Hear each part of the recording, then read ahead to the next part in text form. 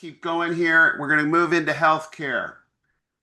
Now, on the national level, the implementation of Medicaid reductions will be phased in, as we've talked about.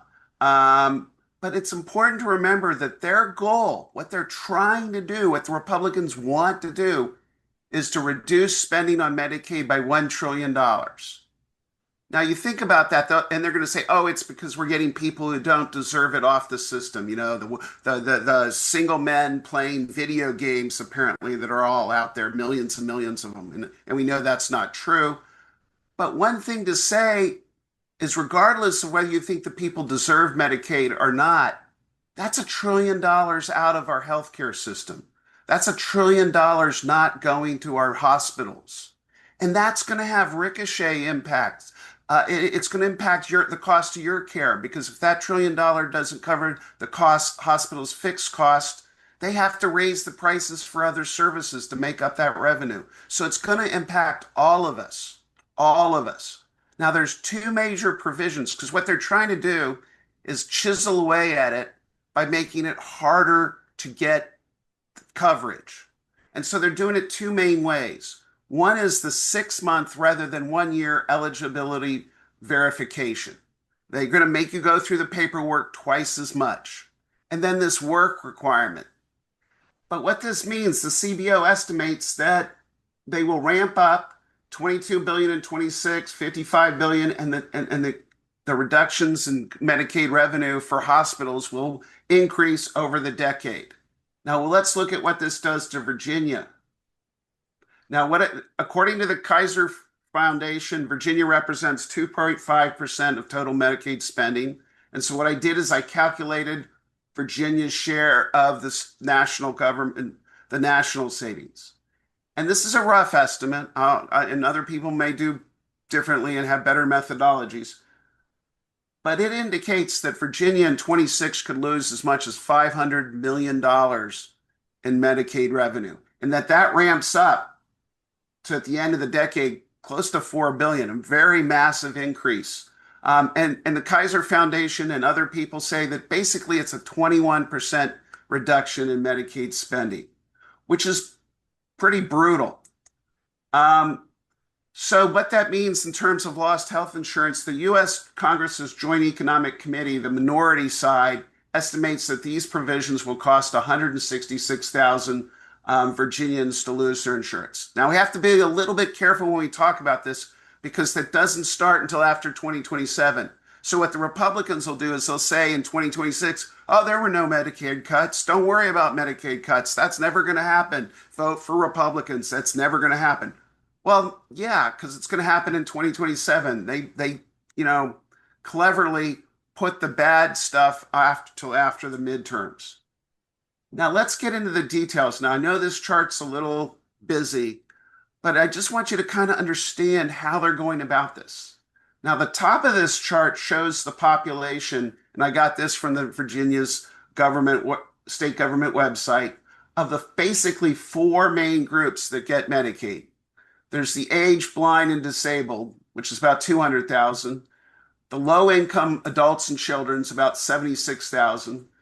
The ACA, the Affordable Care Act, the Obamacare expansions of 620,000, and then about 2,000 on the child health insurance program, the CHIP program. Now, they're attacking each of these groups differently. Each of them have different provisions that harm them. So for the aged, blind, and disabled, there is a moratorium on the Medicare Savings Program. Now, what this program did is it enabled people to use Medicaid to pay for Medicare premiums and Medicare co-payments. And that's really important for our aged population, and they're taking that away. They also put caps on payment rates to nursing homes to Medicare, which are lower than the current permissible rate. So they're lowering the revenue for nursing homes and those kind of places. And then they did do one thing which some of us might consider as a good thing, is they increased the home equity limits from 500,000 to 1 million. But then they turned around and put a moratorium on staffing for nursing homes. And those of us who have had to deal with an elder parent in those situations, really understand the impact of inadequate staffing for our loved ones. So that, it may not save money, but it's going to damage the quality of care for many, many elderly. Then what they're doing for low income adults and children, they reduce the retroactive coverage from 3 months to 2 months. So under current law or law before this passed, if you had a medical condition, they could go back 3 months and pay for care back retroactively from 3 months from the date you applied for Medicaid. Now they reduce it for this group to 2 months. And then the big one is they establish work requirements for parents with children over 13 years of age. So if you have a 14-year-old child, they expect you to go, you have to work. The ACA expansion, which does include single people without children, they reduced the retroactive coverage to 1 month. They established a work requirement, and we can talk about what that does, but they also are requiring copays of up to 5% of a person's salary. So a person who's making $20,000 can be asked to pay $1,000 in copays. And, that's pretty brutal. And for CHIP, they established work requirements for parents with children over 13 years of age. But then there's a bunch of impacts down here at the bottom that apply to everyone. The Biden administration had tried to streamline the application process to make it easier to apply for it. They got rid of that. They now do, and this is a big one, eligibility determinations every 6 months. Twice the paperwork, twice the chance of somebody being kicked off because of a mistake in paperwork. They reduce the level of federal payments for emergency care for immigrants, and they prohibit payments to any organization that provides family planning or abortion. So that you can see here, they're attacking at multiple levels the Medicaid program and multiple directions of attack. And all of these are damaging, but taken together, they're really damaging. So what's this impact on Virginia's budget? Well, first of all, there's many unfunded mandates in this. The state of Virginia next year will have to figure out how to develop a system to implement a system to check for duplicate enrollments that meets their standards, not just our standards, the federal government standards. It has to implement a system to ensure deceased individuals do not remain enrolled. Well, I think Virginia already has that, but now we're going to have to change it to meet their standards. Then you have to have a system to do eligibility determinations every 6 months. So that's a process, a system that Virginia is going to have to pay for. Then you have to implement a system to manage work requirements. When Georgia tried that, it was $100 million to implement the system. And then you have to implement a system to manage the copays. So these are a lot of systems that Virginia is going to have to rush to implement in the next year or two. And then there's the revenue reductions. And I'll just list them all. The big one is the FMAP incentive, and the limits to provider tax, which Delegate Watts talked about. But other limits on state-directed payments and requirements for waiver. But there's just a lot of ways that they're chiseling out on Virginia's revenue from Medicaid, I'm sorry. So what's this mean for our hospitals? We've heard a lot of talk about rural hospitals, and it certainly will damage rural hospitals. But a 21% Medicaid reduction in Medicaid revenue means that Inova is going to lose $134 million in revenue. And that will impact Nova. They're a big, with lots of revenue, but $134 million will impact them. And it's important to remember that even though they're losing this revenue, Medicaid is payments for illnesses and treatments. Those illnesses aren't going away. People are still going to get sick. And the law is if you come to an emergency room, the hospital has to provide care. And so uncompensated care costs will remain the same and may even increase because people aren't getting preventative care. But what goes away is the revenue that pays for those costs. And what hospitals will be forced to do is shift those costs to other sources of revenue, which means their price of services for you, if you're working, are going to go up. So this doesn't just hurt the poor, it hurts everybody. So then let's go and look at the changes to the Affordable Care Act. And basically they're attacking it with a bunch of things that add up to a lot. They're making doing provisions to make it harder to access health insurance. But for example, permitting the premium tax credit for only certain individuals. They're whittling away at that. And disallowing premium tax credits during periods of Medicaid ineligibility due to alien status. Requiring verification of eligibility more often, similar to what they're doing in Medicaid, and eliminating some other provisions. So the Minority House Budget Committee estimates those provisions will cause approximately 135,000 Virginians to lose health insurance. And so you add the 135 and the other 135, it's about close to 300,000 Virginians are going to lose health care insurance over the 10 years. And that, again, will ricochet throughout the system, and it's going to affect your health insurance costs. But let's remember they're also cutting discretionary. And I just put this chart over here, which I know you can't read, but it shows the cuts that, and this is copied from the budget request for HHS. This is their document over here.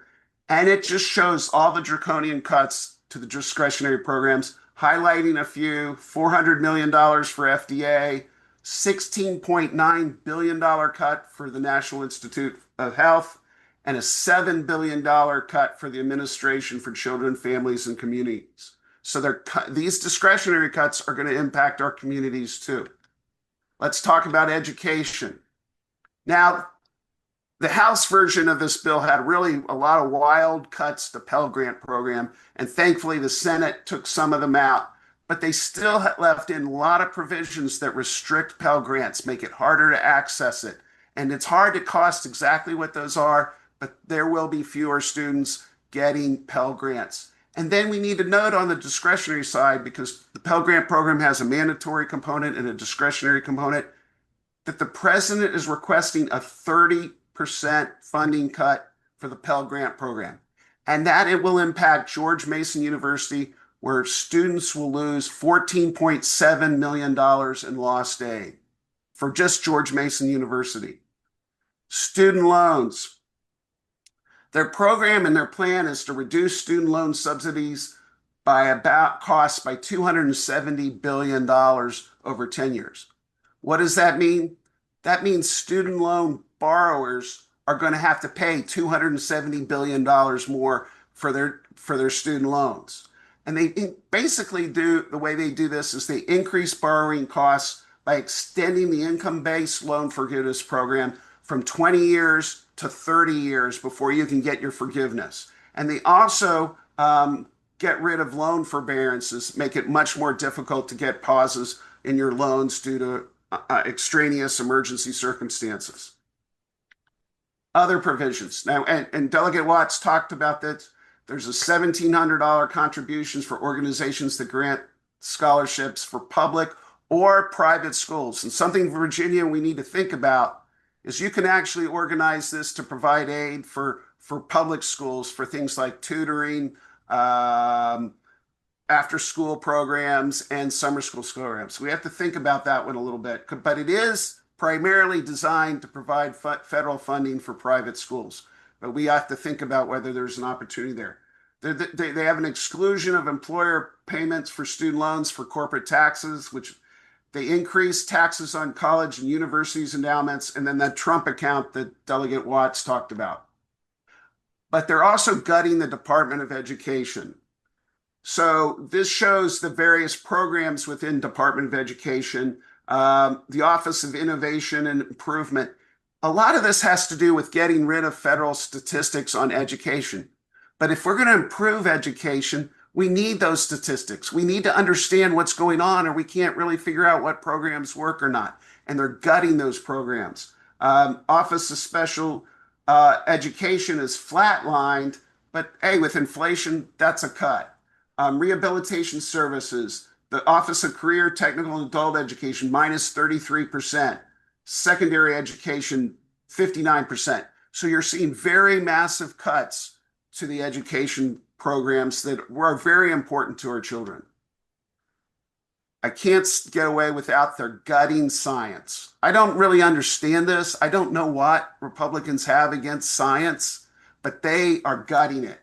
NIH is taking a National Institute of Health is taking a 40% cut. That's 40% cut in funding for trying to find cures to diseases. I mean, it's mind-boggling to do that.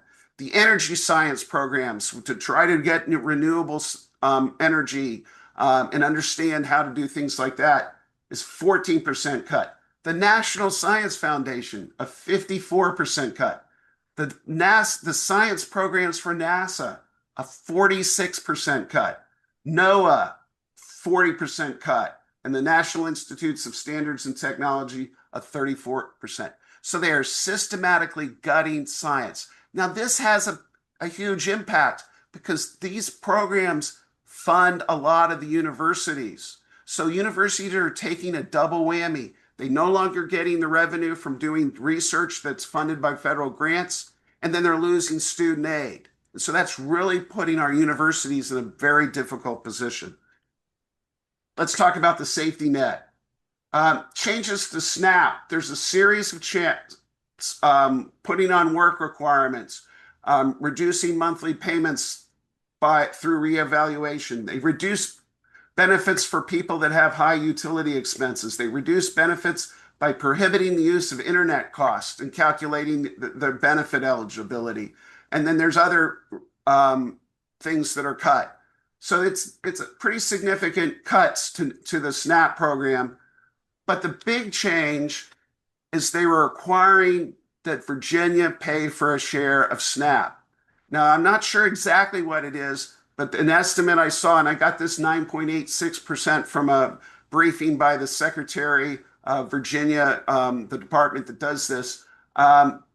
If we're in that range, we have to pay 10% of SNAP benefits.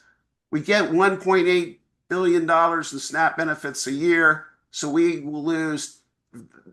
Delegate Watts and Senator Salim will have to come up with $180 million out of a very tight budget to do that.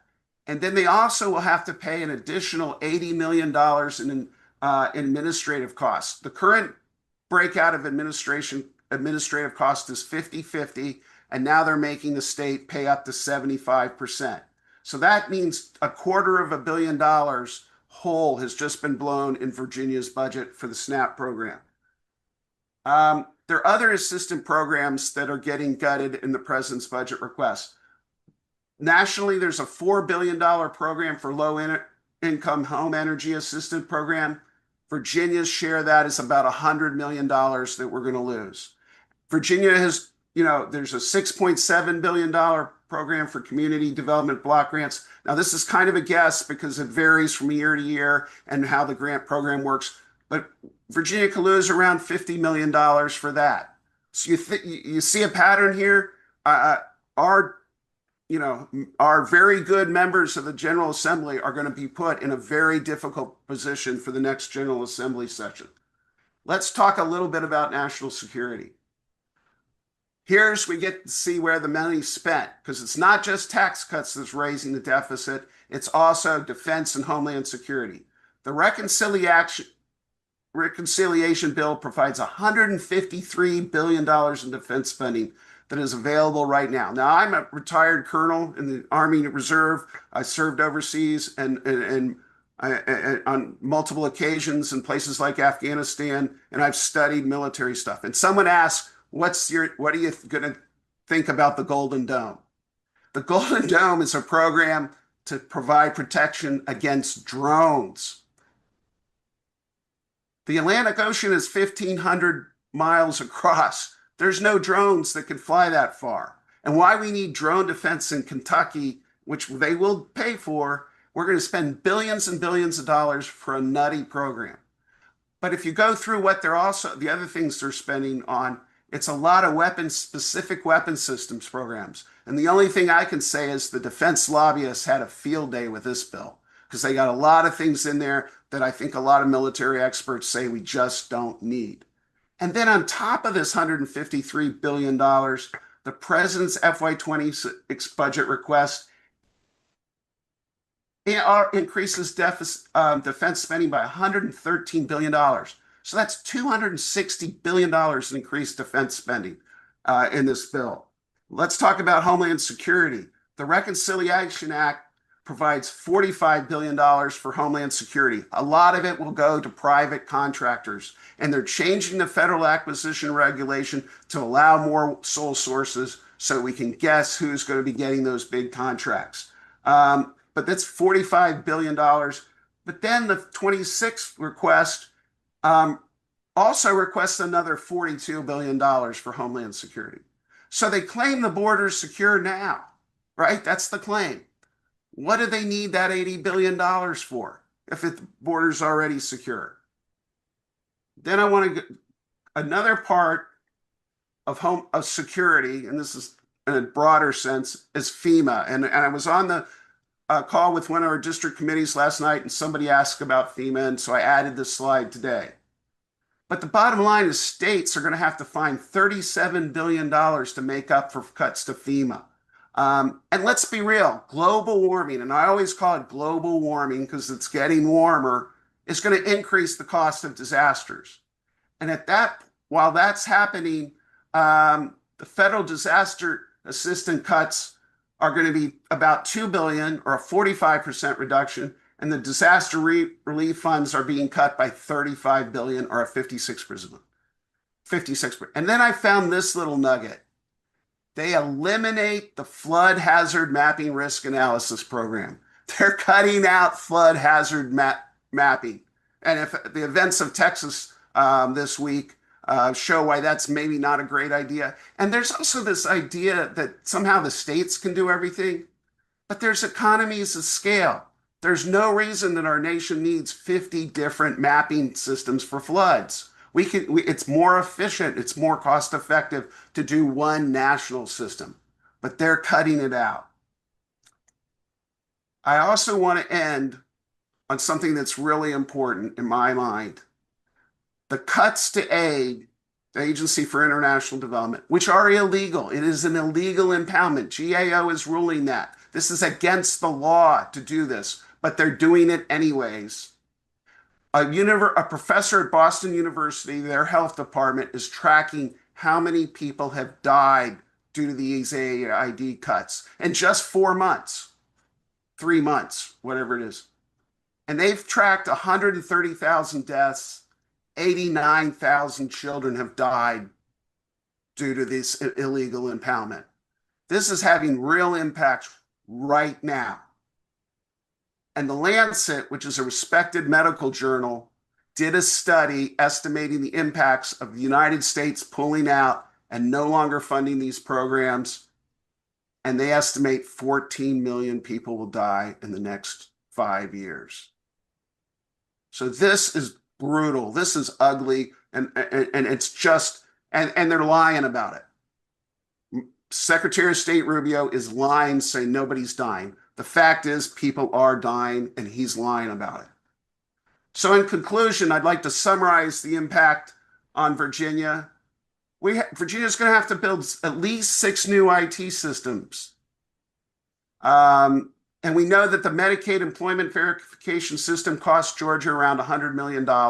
So these are not cheap systems. We have lost Medicaid revenue. We have cuts to nutrition programs. We have education cuts, Pell Grants, increased student borrowing costs. We have the tax adjustments that Delegate Watts talked about to conform to the federal things.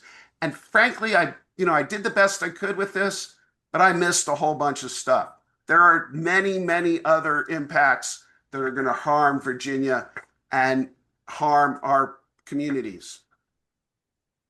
So I'd like to end this with a statement that the Republican budget is about people.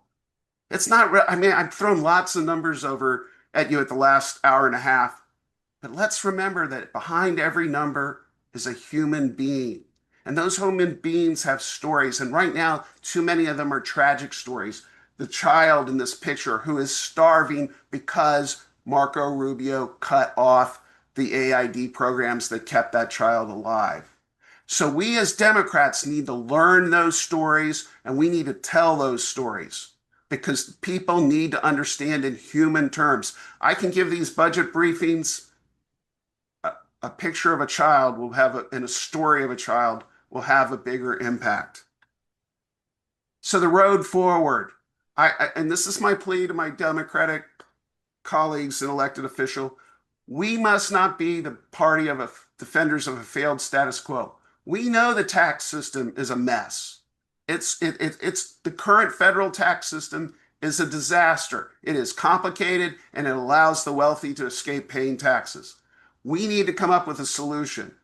The healthcare system in the United States is not, the Affordable Care Act made things better, but we all know there's many, many problems with the healthcare system.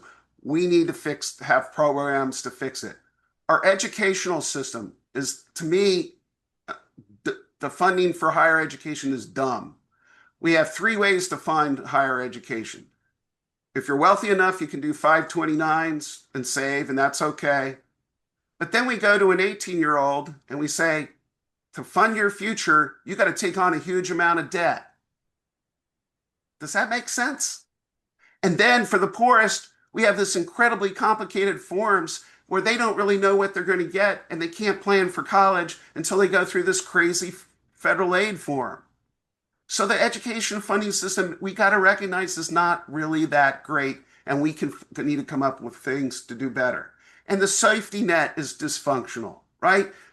People have to apply to energy assistance programs, to SNAP programs, to TANF programs, to housing programs. We can do better. And the Democratic Party needs to come up with ideas to do better. So we need to, as a party, offer bold but practical solutions that people can believe in. That's my plea to the Democratic Party. And I think if you look, and I've been looking at some of the bills, a lot of members of Congress and a lot of our senators have some really good bills. Cory Booker's doing some great work on education, and there's others. And we need to find those bills and talk about them and understand that we are the party of solutions, not just giving tax cuts to the rich. So that we've gone on an hour and 32 minutes. I will stick around to take questions. If you want, put them in the chat. It's probably the easiest way.